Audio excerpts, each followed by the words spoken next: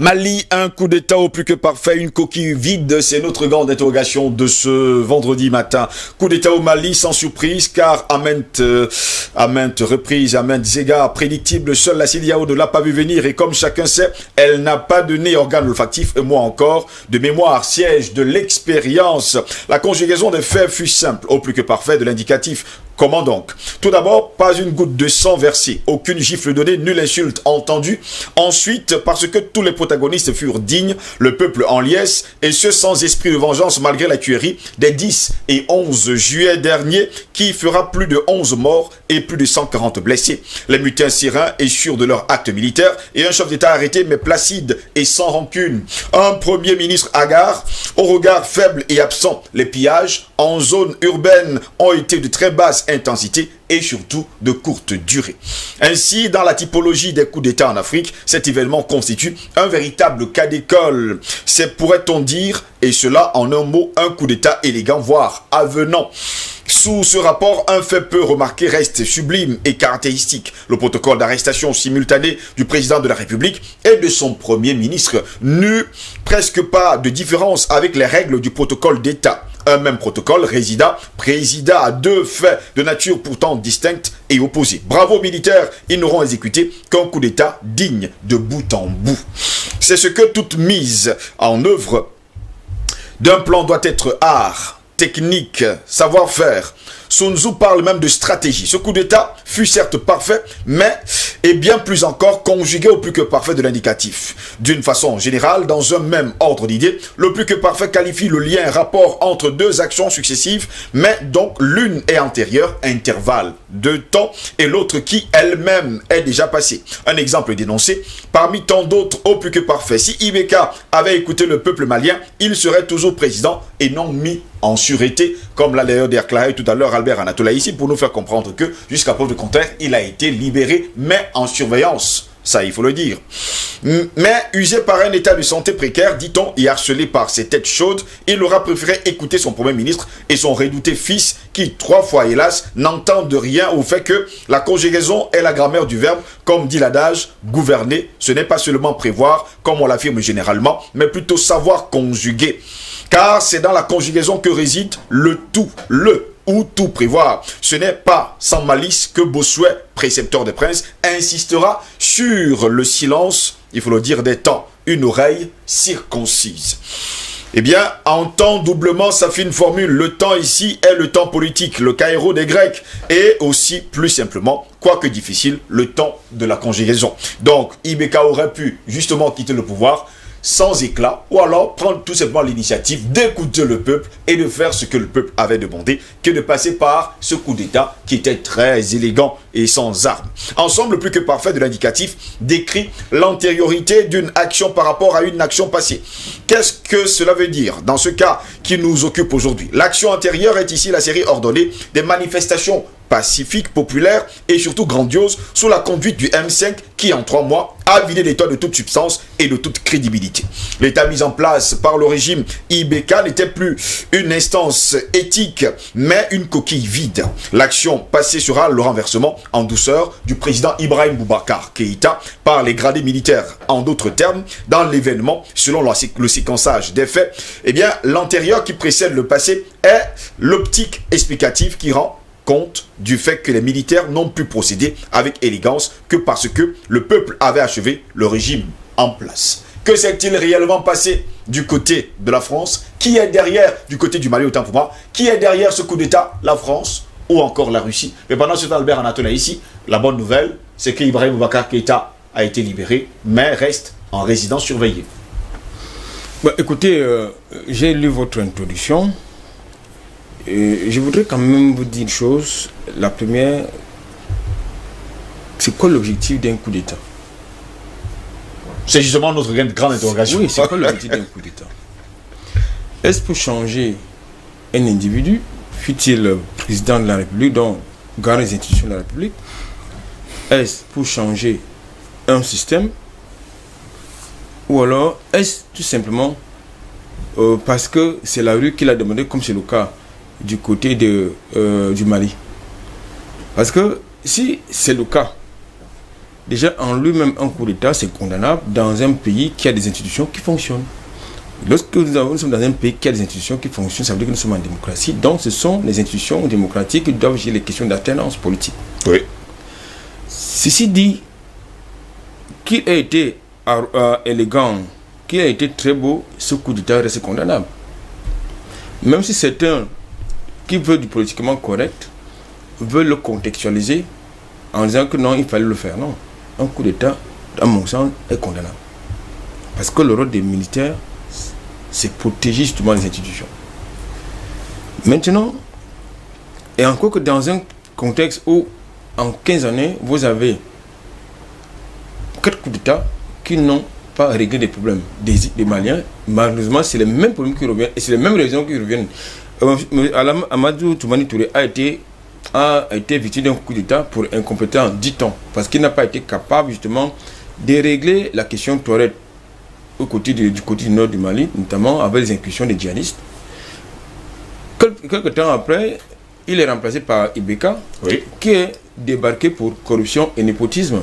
En tout cas, on lui trouve toujours quelque chose à un fait, à une action. Je pense donc que, quelle que soit la raison, il faut déjà condamner ce coup d'État.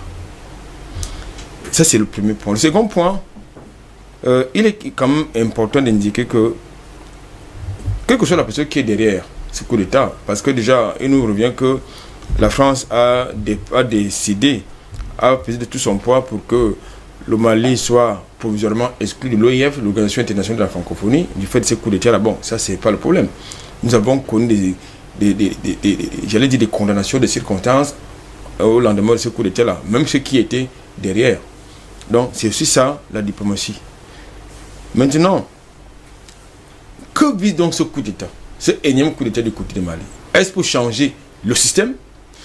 Est-ce pour changer l'homme Ibeka? Si c'est le système, c'est une très bonne chose. Mais si c'est pour qu'il y ait changement d'homme et non de système, ça pose un problème. C'est-à-dire qu'après ce coup d'État, il y aura un autre coup d'État, parce que les mêmes problèmes vont revenir. Et vous vous souvenez que jusqu'à preuve du contraire, au moment où nous tenons, nous animons ce débat, le Mali est encore occupé à 60% par les bandes armées, par les djihadistes, par la force Barkhane, par le MINUSMA, par les forces Takuba, par le G5 Sahel. Bon, bref, je voudrais conclure en disant que l'opposant, ce moment-là, si ce n'est pas toujours entre les mains sécurisées, donc il est toujours en captivité. Donc ça veut donc dire que actuellement, c'est encore le quiproquo du côté du Mali. Quoi qu'il en soit, je voudrais terminer mon propos en disant ceci. Au-delà des tractations qui sont en cours, notamment avec les émissaires de la CEDEAO, qui vont aujourd'hui, une fois de plus, tenir une vision conférente pour trouver des solutions pacifiques à ces crises, je crois qu'il y a un problème de fond. Le problème de fond, il s'agit, vous l'avez indiqué, l'écoute du peuple.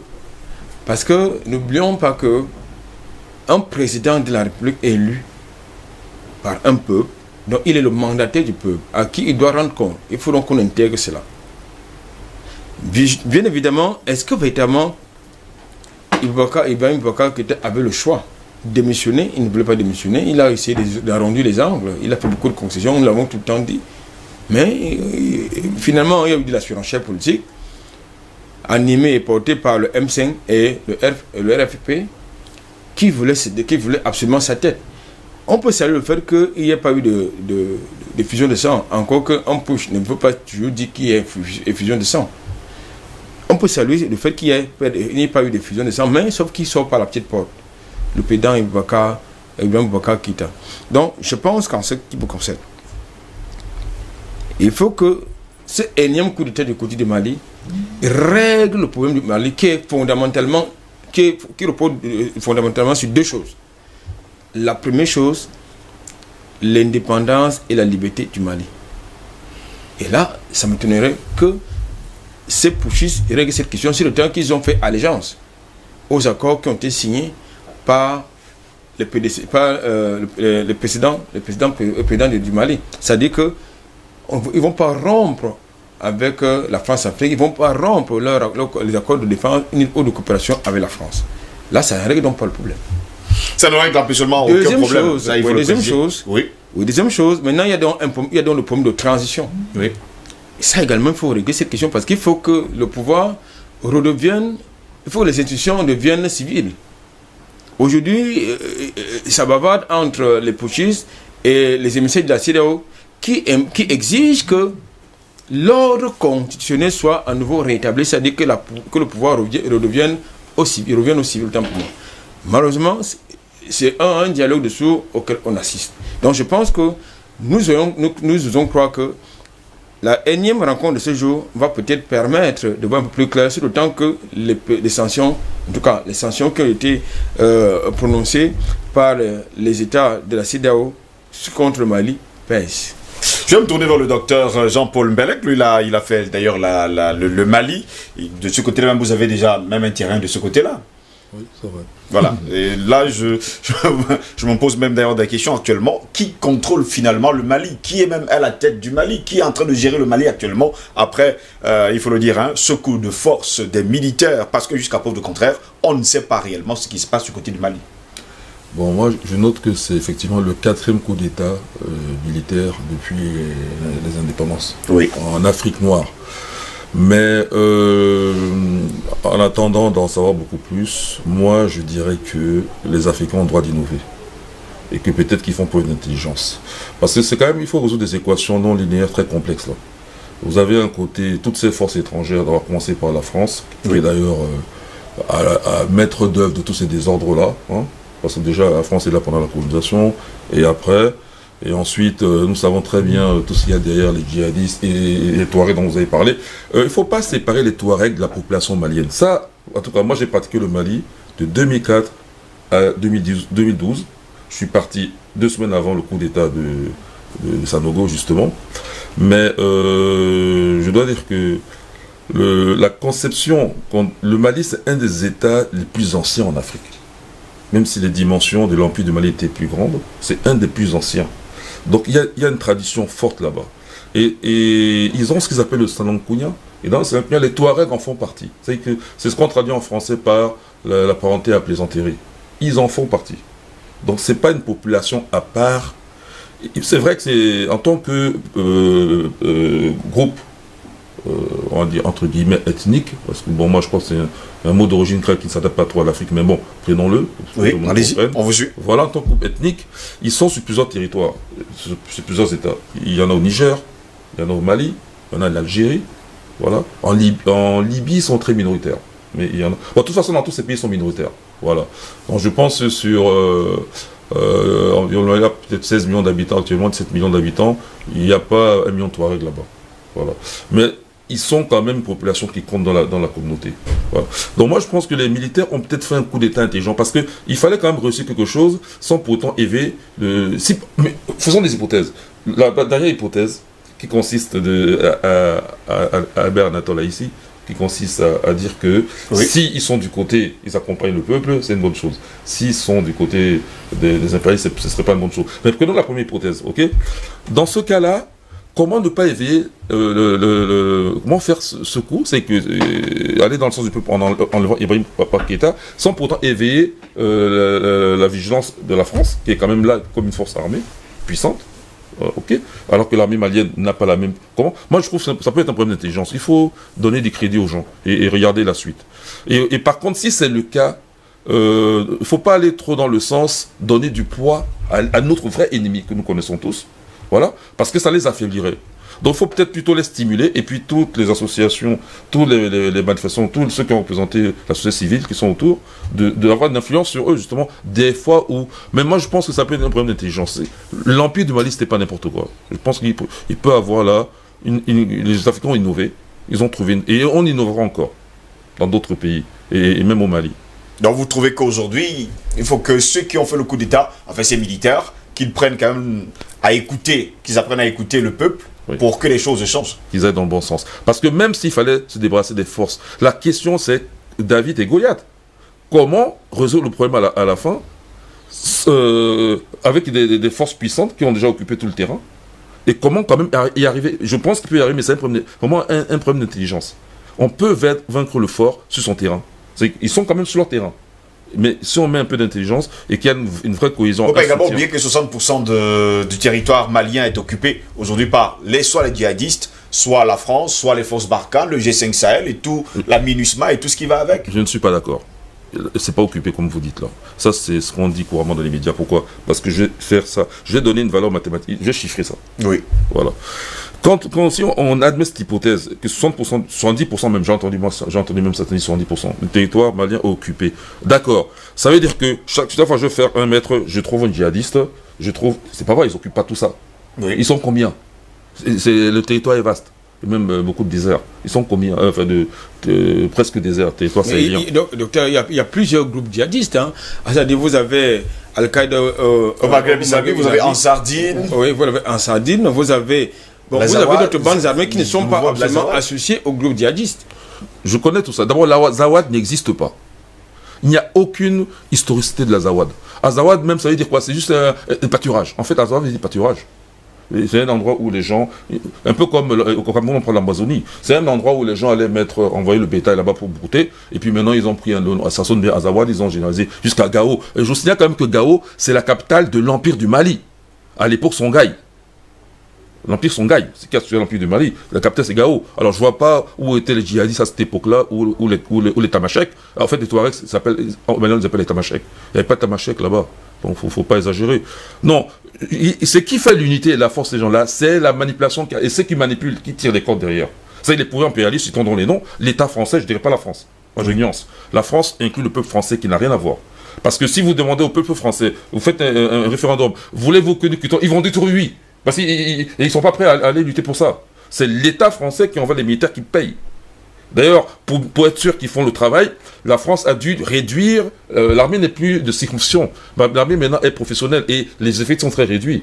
Donc ce sont des gens qu'on paye pour aller faire le combat. Donc c'est vraiment l'État français. Or, l'État français, accompagné des autres États occidentaux qui sont, on connaît, impérialistes, c'est eux qui manipulent les djihadistes, pas seulement au Mali, en Libye, au Liban, en Irak, partout, non? Dans le monde. Ouais, c'est eux qui contrôlent tout ça. En fait, si on veut voir c'est eux qu'il faut visualiser. Les djihadistes, là, c'est un peu comme les narcotrafiquants. D'ailleurs, ils collaborent avec les narcotrafiquants. Ce sont des gens qu'on manipule, qu'on peut détruire quand on veut, on sait où ils se trouvent. Mais on a avantage à les laisser fonctionner. Donc, le vrai ennemi du Mali, si on veut se limiter, c'est d'abord l'État français, et en tant que représentant des impérialistes occidentaux. Bon, maintenant vous avez parlé également de la Russie. Alors, effectivement, le Mali a une histoire avec la Russie. Vous voyez, il y a beaucoup, par exemple, comme au Mali, beaucoup de Maliens ont fait des études en Russie, et ils parlent russe couramment. Donc, par exemple, les militaires en question, là, quand le ambassadeur russe a été les voir, c'est sûr qu'ils ont certainement parlé en russe.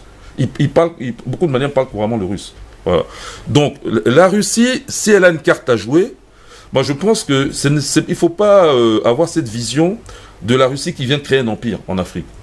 Je pense que si la Russie a une carte à jouer, c'est parce qu'ils sont en conflit, eux, c'est les mathématiciens aussi, avec les Occidentaux. Donc, tant qu'à défendre une population, autant libérer celle-là. L'ennemi de mon ennemi, c'est mon ami, quelque part, et lui apporter du soutien. Mais je pense que vraiment, le vrai danger, là, actuellement, c'est de peser tellement fort sur des gens qui n'ont pas encore fait leurs preuves, et regretter celui qui n'a jamais rien fait, de toute façon, qui est parti pleurer à Paris, alors que lorsqu'on a tué ses propres cousins à côté au Niger, il n'a pas pleuré.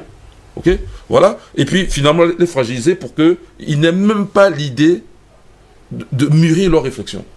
Peut-être qu'ils ont besoin encore de notre soutien, en fait, quelque part. Moi, je pense qu'il faut leur donner une chance à ces gens-là, pour voir qu'est-ce qu'ils font.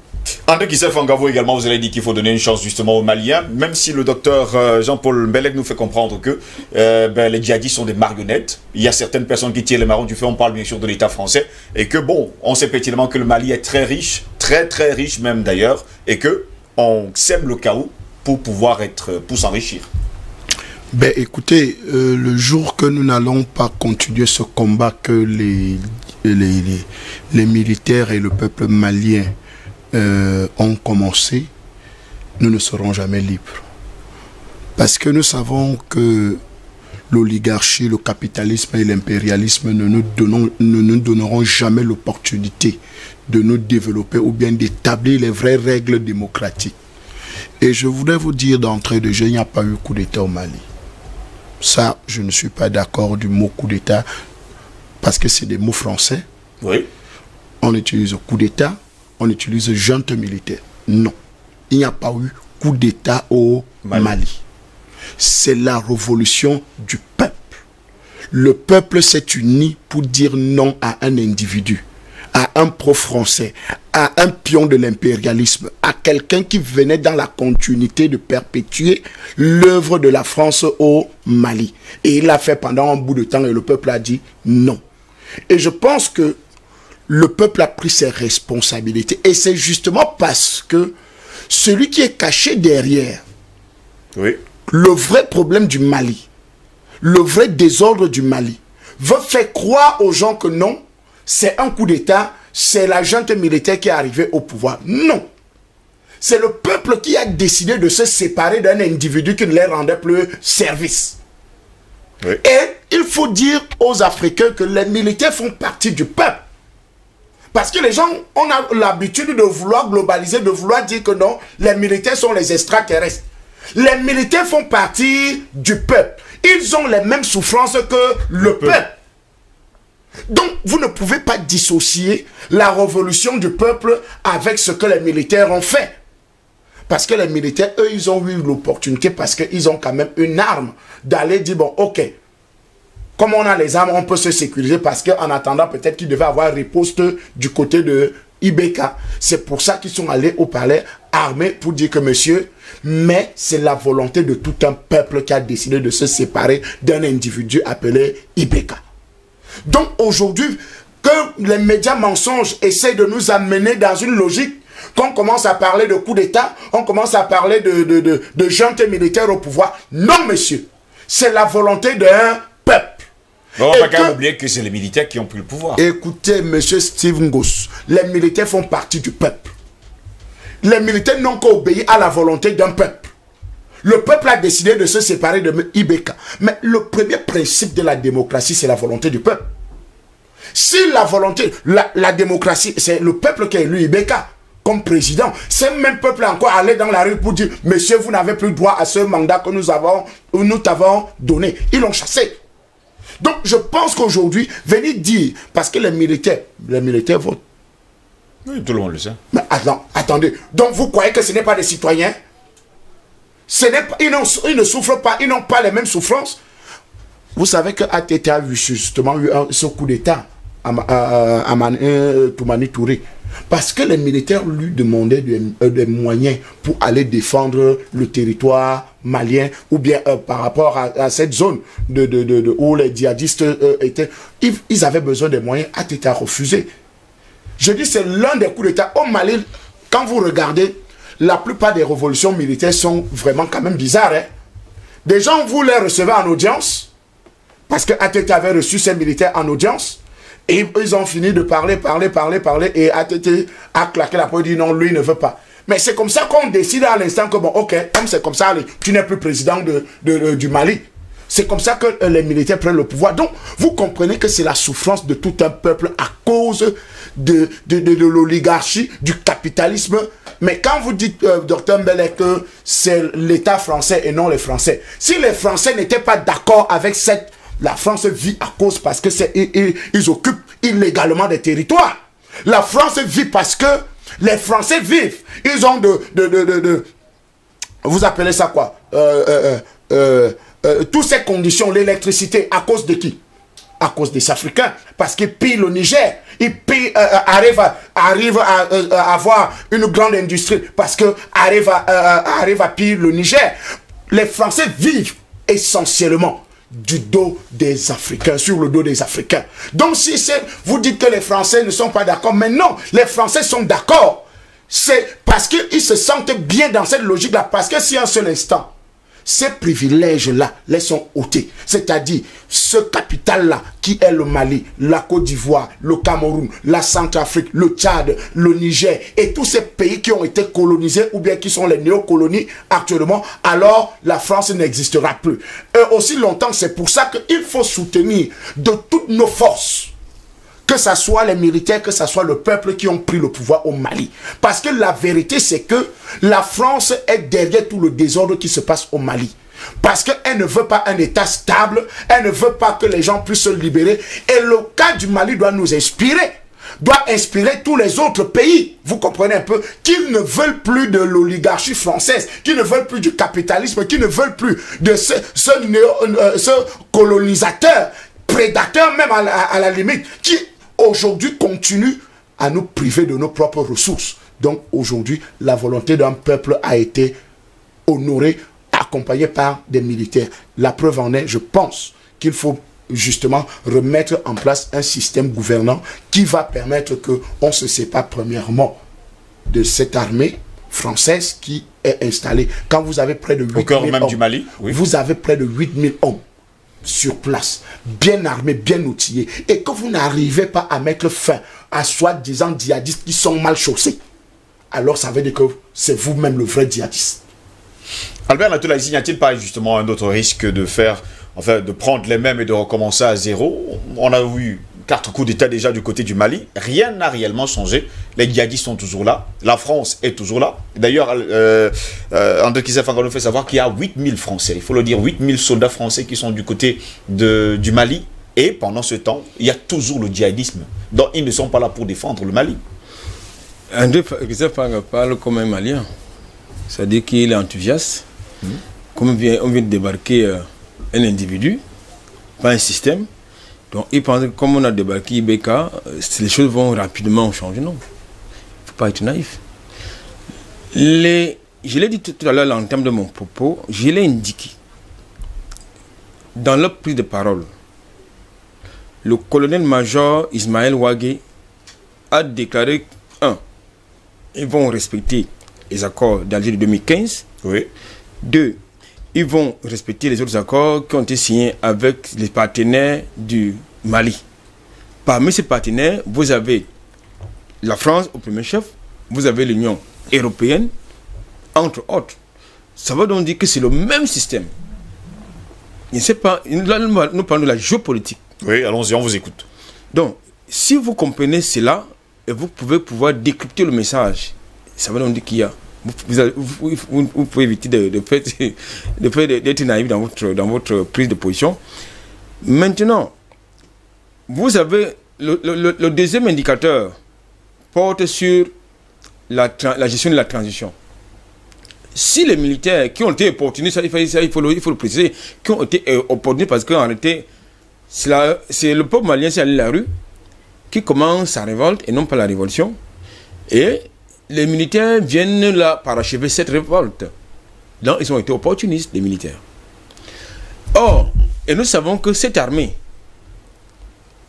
par sens du devoir, devrait se retrouver au nord du Mali, parce que moi j'ai vu, comme je l'ai indiqué dans ce plateau tant pour moi j'ai vu l'armée malienne en difficulté sur le terrain du côté de Gao, de Tombouctou et de Kidal, à côté des forces Barkhane.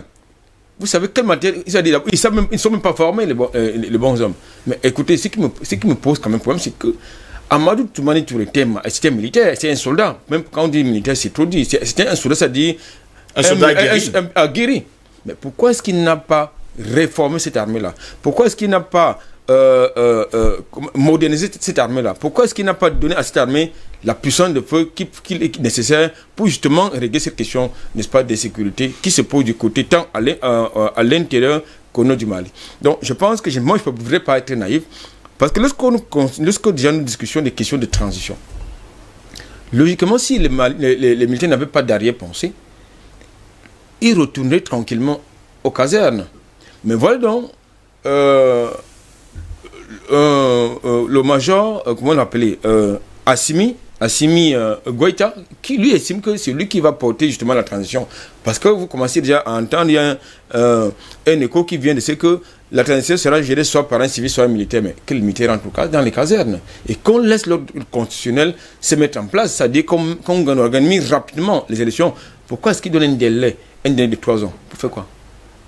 Ça veut dire qu'ils ont des réponses. Nous sommes là dans une, j'allais dire, dans une logique qui va... Mais André Kizef ne pas légalement que ça peut être une révolution. Non, c'est tout sur une révolution. Que les militaires prennent le pouvoir, peut-être qu'ils pourront changer le pays. Non, il faut que le militaire devienne un civil. Non, Amadou Toumani, il a changé le pays. C'était pourtant un soldat, un militaire. Il a été débarqué par une élection, non, par un coup d'État, je crois. Rappelez quand même que le Burkina Faso a eu un militaire à la tête, non, non, à sa tête. Comparaison n'est pas raison. Mais sa fin donc, a été quoi? La fin de ces militaires qui a pris la tête du Burkina Faso, ça a été quoi? La rue l'a également chassé. Donc moi je pense que... Donc, bon, je vous parle de Thomas Sankara qui avait pris le pouvoir par les armes. Thomas Sankara a été assassiné. Maintenant son successeur a été chassé par la rue. Ça veut donc dire que nous sommes dans les mauvais castings. J'essaie de vous faire comprendre, Steve, que nous sommes en géopolitique. Et en géopolitique, il y a un certain nombre d'éléments, d'indicateurs qu'il faut prendre en compte. Parmi le premier indicateur, je voudrais croire qu'il y a une rupture. Il n'y en aura pas. Parce que le peuple malien, lui, il attend la rupture. C'est une rupture qui le paupérise, oui, qui entretient la corruption, le népotisme, qui entretient la malgouvernance, qui complique l'exploitation et honteux de ces ressources naturelles. C'est cette rupture-là que le peuple malien attend, mais ce ne sera pas le cas malheureusement. Ça, il faut le dire. Donc, ne soyez pas surpris que dans les jours à venir ou dans les années à venir, qu'il y ait un autre coup d'État au Mali, parce qu'il n'y a pas de rupture. Votre peur, c'est que jusqu'à preuve de contraire, qu'il n'y ait pas encore d'autres, que la population ne revienne encore dans la rue pour dire on n'a plus besoin de lui, parce que les choses n'ont pas changé. Ce sera le cas. Je vous dis, souvenez-vous que Ibeka a été porté en triomphe comme étant le Messie, par le même peuple. Mais pendant la crise, c'est-à-dire qui a précédé le départ d'Ibeka, le même peuple demandait le retour de ATT. Ça veut dire que c'est le peuple qui a un problème. Et dans une précédente émission relativement concernant justement le Mali, j'ai eu à vous dire que Ibrahim Boubacar n'était pas le seul comptable de ce qui se passe au Mali. Il n'était pas le seul. C'est vrai, il est garant parce qu'il est le chef, il est le garant de la Constitution, il est le chef de l'État. Mais il y a aussi la classe politique qui a un problème au Mali. Il y a la société civile qui a un problème au Mali. Vous avez les chefs religieux qui sont un problème au Mali. N'oubliez pas quand même que vous avez au nord du Mali des affrontements intercommunautaires. Qui en est responsable? Qui attire ce feu? Qui tire les ficelles? Ce sont les communautés, ce sont les responsables des communautés religieuses. Donc je pense qu'il faut déjà qu'avant de pouvoir s'engager dans une véritable révolution, si vous pensez que ça peut être une révolution, il faut d'abord une sorte d'autopsie même à l'intérieur du Mali, entre les différentes composantes sociologiques. Docteur Jean-Paul Bellec, je vais quand même vous poser la question. Hein. Les politiques ont souvent fait des promesses. Les militaires même ont souvent fait des promesses. Mais est-ce que c'est parce qu'on a fait des promesses qu'on va forcément les tenir? Une seconde.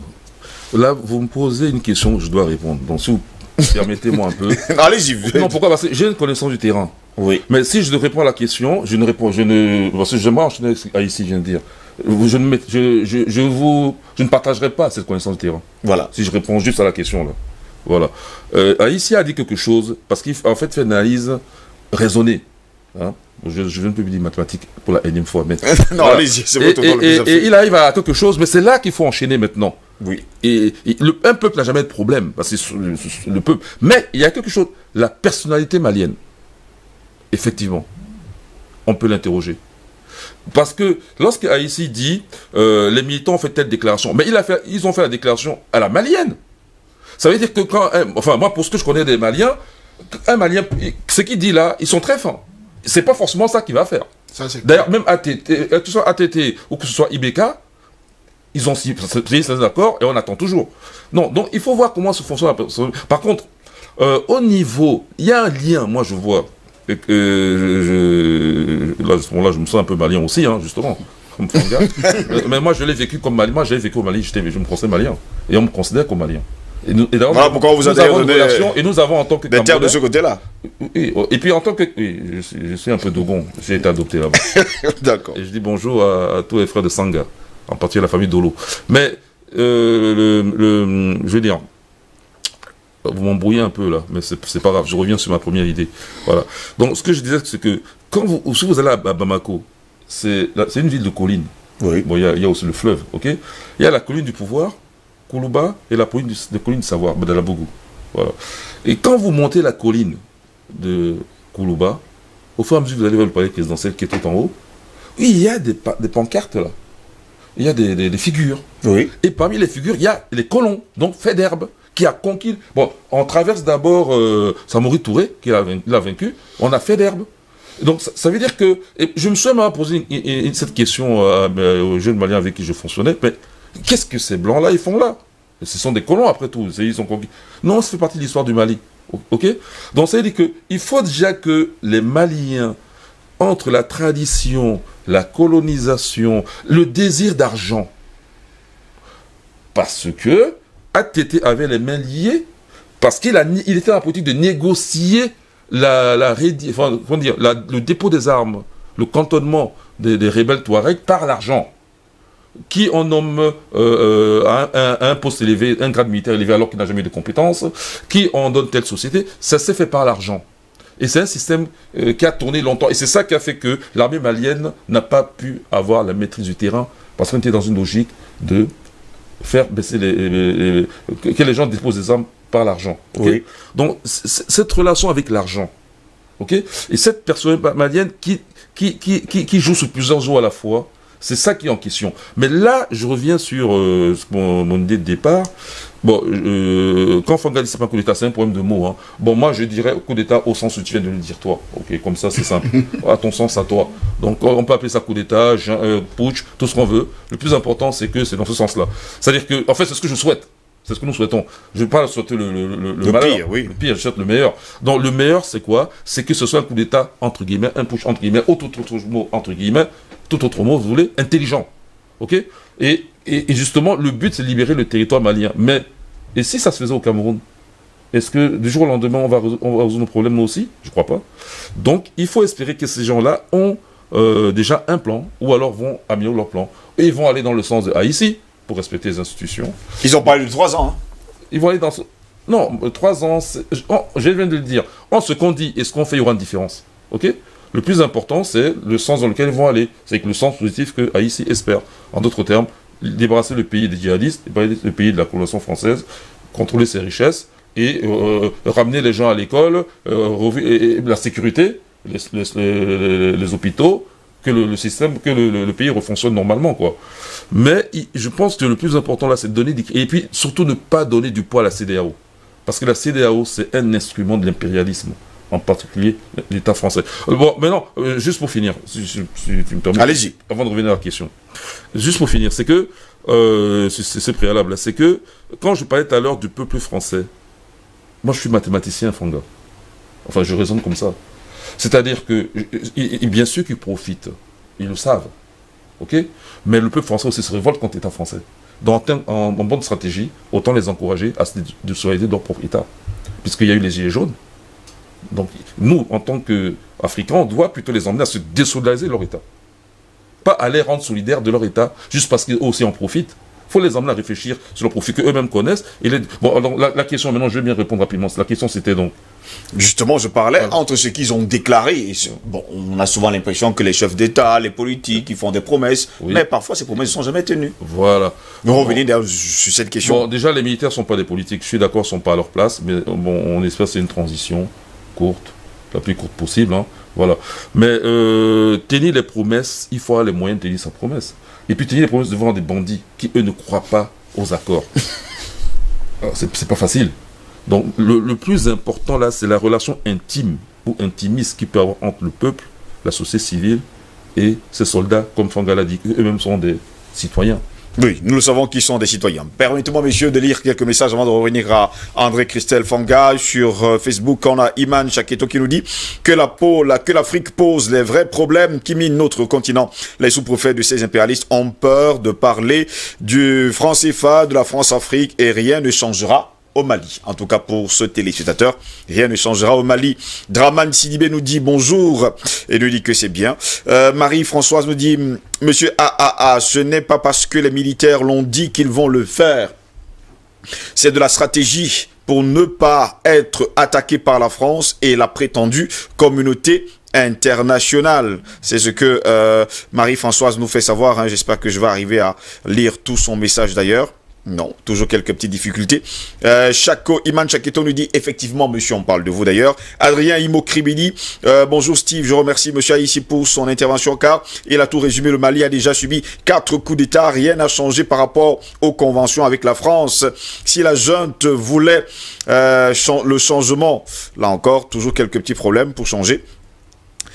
Si la junte voulait le changement, là justement voulait le changement, la face du Mali, il devait commencer par chasser les militaires français. Tout ça, c'est de la politique du ventre vide. Mon grand-père disait souvent, la politique est l'art de faire des promesses qu'on ne respecte pas. Adrien le dit depuis Kribi. En tout cas, pour lui, jusqu'à preuve de contraire, rien ne va changer du côté du Mali. Comme disait d'ailleurs, je reviens avec le message de Marie-Françoise, monsieur AA, ce n'est pas parce que les militaires l'ont dit qu'ils vont le faire. C'est de la stratégie pour ne pas être attaqué par la France et la prétendue communauté internationale. N'oublions pas que Sankara était un militaire. C'est ce que je disais d'ailleurs tout à l'heure sur WhatsApp. D'ailleurs, on va prendre quelques messages. Bonjour, Dibier ce matin. Monsieur Anatole a tout à fait raison. À quoi ça sert de changer un individu et laisser le même système en place? Honte à ces militaires. Léonel depuis Bafon à l'ouest du Cameroun. Bonjour, Dibier. Je pense que ce coup d'État là est une bonne, ce coup d'État là est une bonne chose, contrairement à ce que M. Haïssi dit. Si c'est le peuple qui a élu Ibeka, donc il devait écouter le peuple. Regardez un peu au moment où le peuple souffrait, il mourait. Le fils de Ibeka se permettait de faire des fêtes gigantesques à l'étranger. L'armée malienne est une armée républicaine et non milice comme l'armée togolaise. Ce qui est arrivé au Mali doit faire changer les dinosaures comme Fonya Singbe, Alassane Ouattara et Alpha Condé. L'Afrique en a marre des dictateurs dirigeants têtus et sanguinaires. Donne Hiero l'amour depuis Dapawan au Togo. On nous donne, c'est des pieds de nez, je sais. Je suis Antoine de Marie Abida, Yaoundé Colbuisson. Bonjour très chers amis de DBS ce matin. Je suis content du thème sur le plateau. Félicitations pour toutes les brillantes explications du docteur Jean-Paul Mbelek et du vaillant panéliste qui porte le drapeau. Merci beaucoup monsieur Ngos. Très bonne continuation. Que Dieu vous bénisse. Longue vie à DBS ce matin. Longue vie à vous également. La France serait un nain économique en Europe si elle perdait toutes ses colonies en Afrique. Pierre Moscovici. L'économie de la France n'est basée que sur l'esclavage, nazisme monétaire. Elle passe son temps à créer des guerres et met des dictateurs partout en Afrique pour s'assurer que ses intérêts seront toujours servis. Romuald de Chédé, là je pense, je vois le plus 49, je pense que c'est du côté de l'Europe ou encore des États-Unis d'Amérique. Bonjour DBS, très content de vous écouter ce beau matin et courage à vous. À mon avis, l'Afrique a besoin des hommes forts qui vont mettre en place des institutions fortes et les respecter. Toutes ces puissances dans le monde ont connu leur apogée grâce aux hommes forts. Un civil à la tête du Mali ne pourra absolument rien. En tout cas pour lui, un civil à la tête du Mali ne pourra absolument rien. Merci à vous DBS. C'est toujours une personne qui nous écrit depuis le Togo. Bonjour Steve, c'est Thompson Erang. Je ne pense pas qu'il y a eu un coup d'État au Mali car jusqu'ici le colonel n'a pas dit qu'il est le nouveau président du Mali. Cette révolution du peuple encadrée par les militaires n'est pas une coquille vide, puisque selon mes informations, les Maliens du Nord qui étaient armés ont déposé les armes et ont accepté de se joindre avec les autres pour un grand dialogue qui est prévu ces jours-ci. Ils se sont rendus compte que les Français veulent les séparer pour mieux régner. Les Français sont des parasites. Je suis convaincu que le peuple malien va repenser ses plaies et construire le Mali. Les Africains pensent que le combat des Ivoiriens n'engage que les habitants de ce pays. Moi, je dis non. Puisque Ouattara, Draman, est l'ambassadeur des impérialistes occidentaux. Tant qu'il sera au pouvoir, l'Afrique ne sortira pas de l'ornière. J'interpelle ici tous les panafricains de soutenir les Ivoiriens. Les Ivoiriens plus que jamais pour que la Côte d'Ivoire retrouve sa souveraineté et l'Afrique de l'Ouest pourra avoir aussi la souveraineté monétaire. Steve, regarde aussi ce qui se dessine dans notre pays, le Cameroun. Certains gens ne veulent pas que la guerre finisse dans le Nozo. C'est devenu un fonds de commerce pour certains. Voyez-vous que quand on veut accélérer la décentralisation pour que les régions puissent être autonomes, bon, je ne vais pas continuer, on vous a compris parfaitement. Je ne veux pas les polémiques, hein, mais je vous comprends parfaitement. Bonjour DBS, respect à Dr Mbelek. À mon sens, les Français ne sont pas souvent au courant des actions de la France ailleurs. Demandez aux Français s'ils veulent quitter ou rester en Afrique pour se faire critiquer. La majorité vous dira qu'il faut quitter sans condition. Wilson depuis Atakpamé au Togo. Tu vas manger quoi? Justement, vous vous dites qu'ils vont manger quoi s'ils quittent jamais l'Afrique, hein? Bonjour Dibier, ce que vous appelez coup d'État, moi j'appelle tout simplement aide militaire à son peuple. L'estomac et les membres sont solidaires. C'est ainsi que vive la population malienne et leurs soldats vivent le Mali. Marius, depuis le Togo.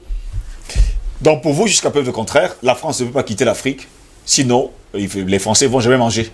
Mais, donc vous êtes comme une de nos téléspectateurs sur Facebook. Mais il faut dire clairement que la France se nourrit au Mali. La France vit et les Français vivent des ressources maliennes. Donc, il faut les dégager le plus rapidement possible. Ce qui se passe au Mali aujourd'hui doit nous interpeller tous. Oui. Parce que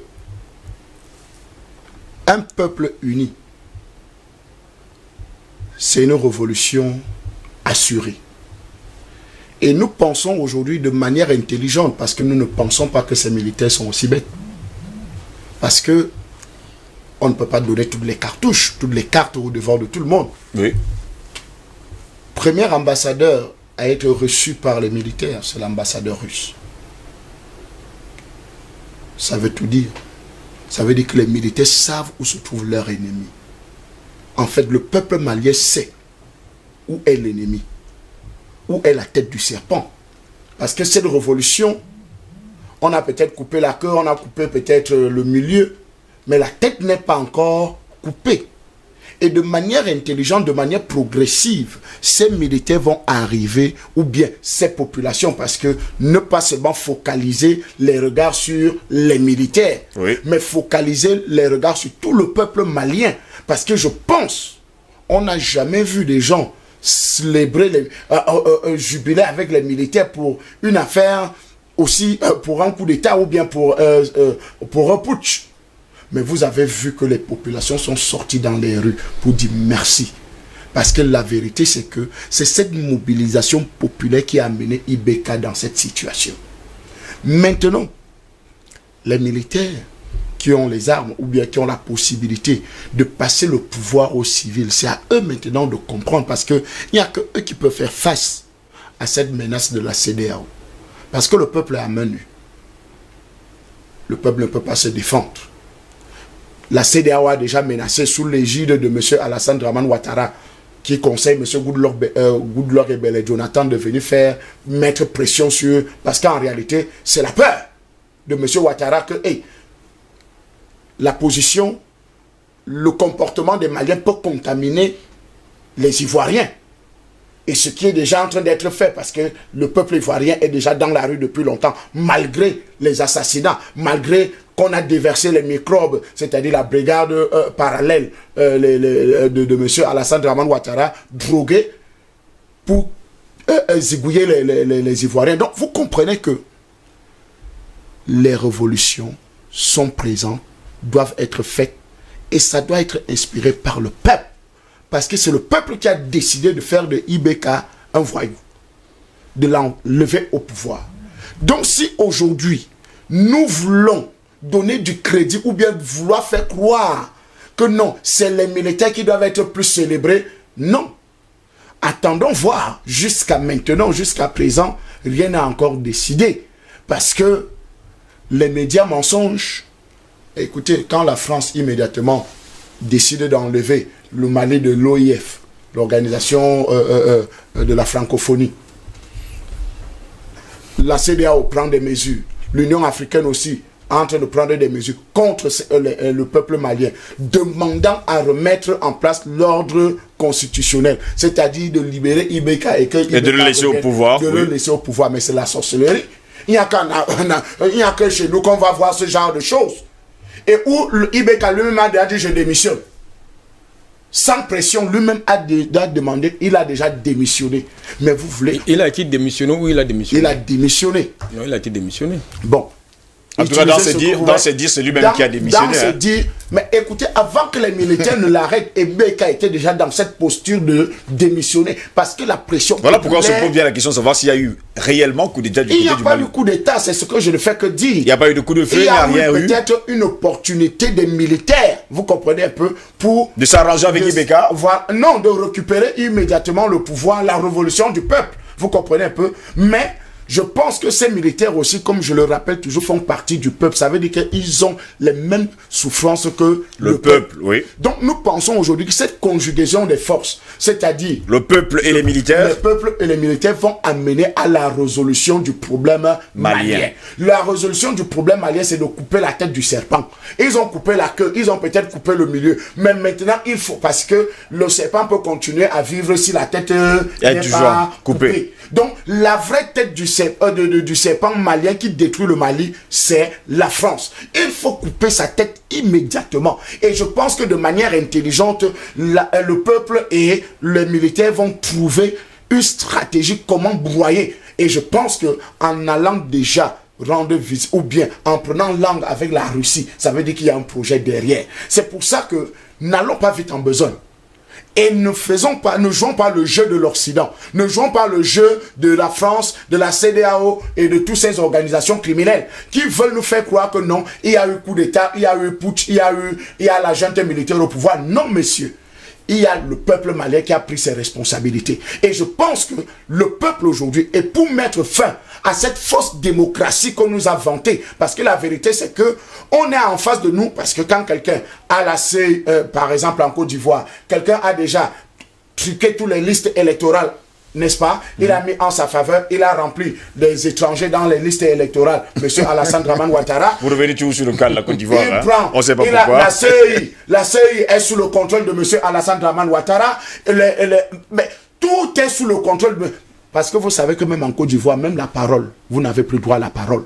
La preuve en est, même les étrangers sont chassés. Donc, quand vous avez ce genre de démocratie, des gens où le peuple est muselé, les gens ne peuvent pas s'exprimer. Vous prenez un ancien chef d'État, vous l'enlevez de la liste électorale, un ancien chef d'État, vous l'enlevez sur la liste électorale. Vous pensez que vous êtes sérieux, vous êtes toujours en démocratie. Vous prenez un ancien président de l'Assemblée nationale, premier ministre, vous l'enlevez dans la liste. Vous êtes toujours en démocratie. Et la CEDEAO est motus, bouche cousu. La communauté internationale est motus, bouche cousue. Et vous voulez que c'est dans la situation malienne que la CEDEAO va venir dire que non. Vous avez vu Goodluck Ebele Jonathan quand il était président du Nigeria. Qu'est-ce qu'il a dit par rapport à la situation quand la Côte d'Ivoire prenait feu? Rien du tout. Il était le premier à dire à Gbagbo non de laisser le pouvoir. Vraiment, ce n'est pas lui qui a gagné les élections parce qu'il était président en exercice de la CEDEAO à cette période-là. Maintenant, on l'envoie comme médiateur dans la crise malienne.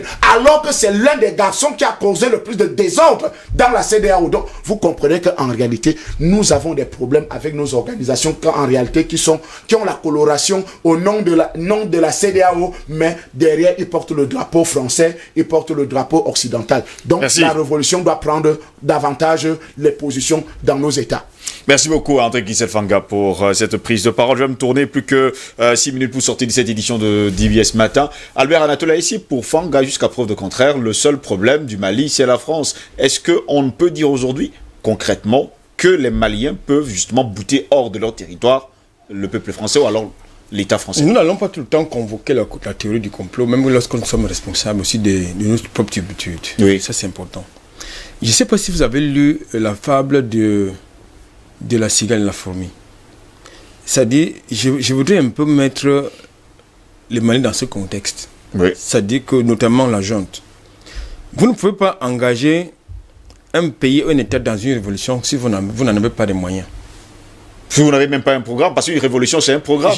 J'arrive. Oui. Mais si vous n'avez pas de moyens. Parce qu'en réalité, la démission entre guillemets d'Ibi Kam suscite m'inspire une problématique.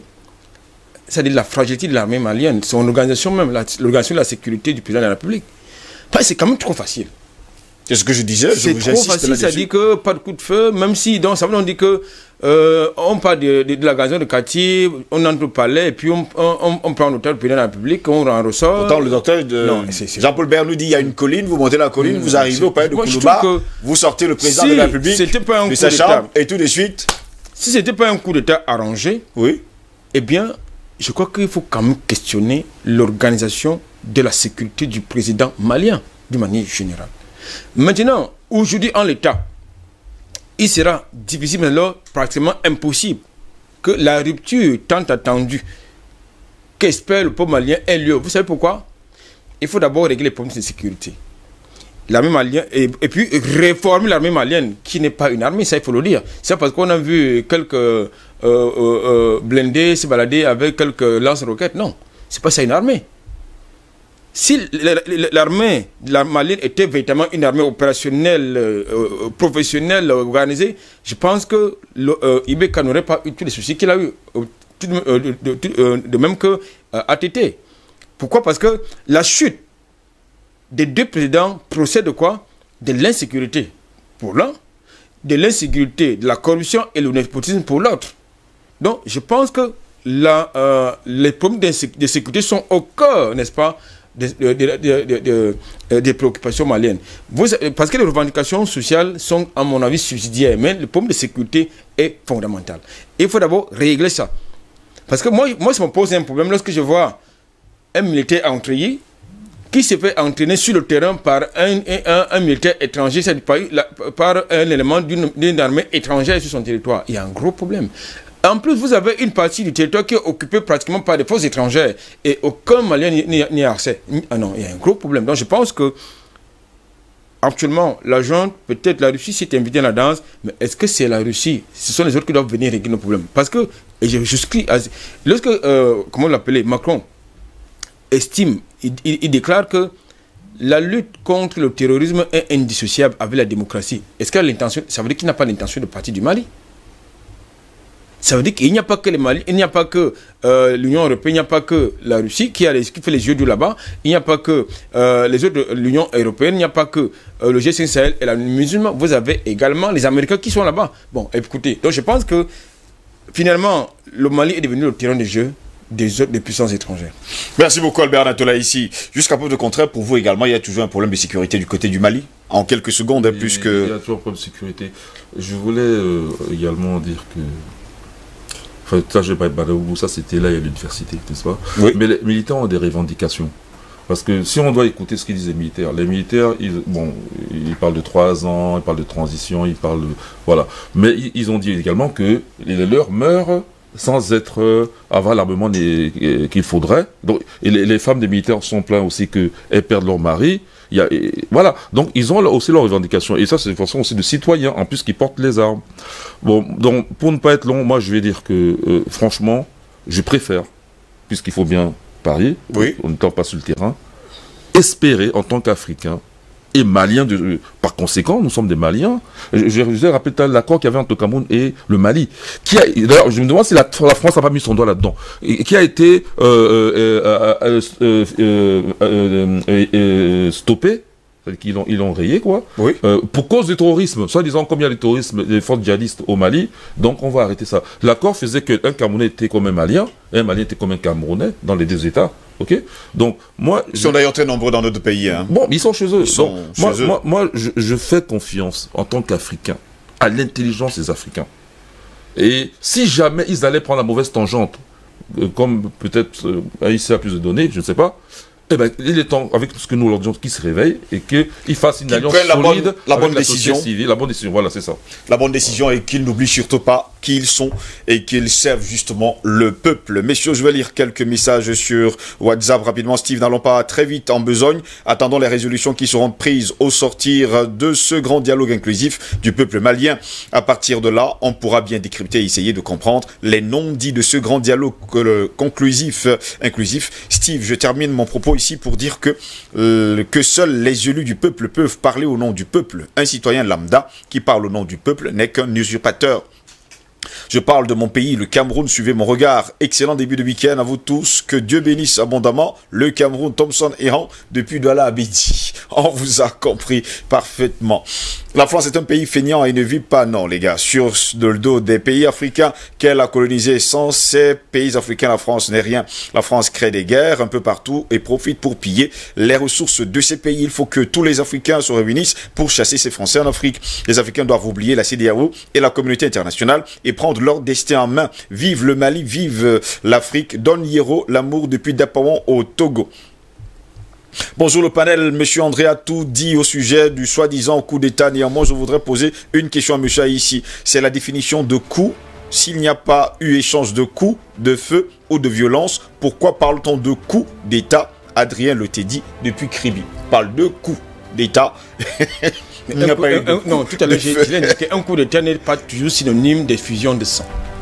Merci. En l'occurrence, à la pertinence de M. Albert Anatola ici, je salue l'intelligence de M. Fanga qui ne cesse de dénoncer cette barbarie nazie appelée Bon, je pense qu'il a fait une petite faute. Cette même occasion, je profite pour rendre un grand hommage à l'écrivain panafricain et anthropologue Engelbert Weng qui, dans son œuvre intitulée Balafon dans Lettres à mes amis, où il exhorte les Africains à multiplier les relations avec l'Asie et la Russie. Chers Africains, nous devons arrêter de penser que la Russie est impliquée dans le putsch malien. Au contraire, l'Afrique doit approfondir les relations avec Moscou, ce territoire encore communiste. Quelques secondes encore parce que la réaction me fait des pieds. Je parle entièrement l'opinion de Marie-Françoise, s'il vous plaît. Elle intervient de quel pays? Marie-Françoise a parfaitement raison. Je suis Antoine de Marie-Ubida à Yaoundé. Merci André-Christelle Fanga. Merci également à vous. Dibier ce matin. Bonjour Dibier ce matin. L'analyse du triple A est pertinente, sauf que celle de Fanga est réaliste, puisqu'il s'agit de la volonté du peuple malien. Mais cessons jamais de le répéter. La France est le malheur de ses anciennes colonies et l'oublier, même en une seule seconde, serait toujours fatal pour nos pays. Bonjour à vous sur le plateau. Moi j'avais dit cette histoire de coup d'état, c'était une mascarade, c'est Machiavel. Bonjour Dibier ce matin. Si le coup d'état devrait résoudre les problèmes structurels de l'état malien, ce serait une bonne action. Si c'est un coup comme pour Sanogo, ce serait un gâchis. Molly Adrien depuis Douala. Le problème ici, c'est la France. L'instabilité du Mali sert les intérêts français. Voyez comment elle s'embrouille pour montrer la CEDEAO contre les militaires. Antoine depuis Ngaoundéré. Merci également à vous Antoine depuis Ngaoundéré. Et les messages continuent à tomber. Bonjour Steve, il y a tout le panel. On ne peut pas être élu à plus de 75% par le peuple et être aussi controversé comme IBK. Nous voyons tous de quel côté se trouve la légitimité. La France ne doit pas installer ses sous-préfets à la tête de nos États. Force doit revenir aux Africains. Merci à vous. Merci également à vous. Bonjour, ce coup d'État est une coquille vide. En effet, au départ, on pouvait croire que c'était sérieux. À l'heure actuelle, la France a déjà trouvé des failles et les a intégrées. L'hypothèse de la Russie en arrière n'est pas à envisager car certains militaires de la junte ont juste été formés là-bas. Ce qu'on veut actuellement, c'est le départ des Occidentaux. Sam depuis Cotonou au Bénin. Je continue à lire rapidement le dernier message, d'ailleurs je vais le prendre. C'est la France, que la France laisse l'Afrique tranquille. Bertrand depuis Bamenda. Oui, on nous suit également du côté de Bamenda. Messieurs, je vous dis merci. André Kissefanga, merci d'avoir été là ce matin. Je vous souhaite bon week-end. Merci de m'avoir invité et je crois que les révolutions doivent continuer dans tous les pays où l'oligarchie, le capitalisme a pris le contrôle. Merci. Docteur Jean-Paul Bellet, merci également d'avoir été là ce matin. Oui, merci aussi de m'avoir réinvité et je vous dis que la lutte continue et l'Afrique finira par vaincre tous ces démons qui sont démons de l'Afrique mais aussi démons du monde. Quoi. Il est bon que le monde s'en débarrasse. Merci beaucoup à vous. Albert Anatola ici, merci également d'avoir été là ce matin. Il a dit tout à l'heure, il ne faut pas toujours qu'on s'inscrive dans la logique de la théorie du complot. Quelquefois aussi, faisons notre propre autopsie. Faisons également notre propre autopsie. Mesdames, messieurs, c'est ici que s'achève cette autre édition de Divier ce matin. Au plaisir de vous retrouver très prochainement, et ça il faut le dire, lundi prochain pour une nouvelle édition. Au savant, il faut le dire, la faute, mais parfois au cheval, la chute.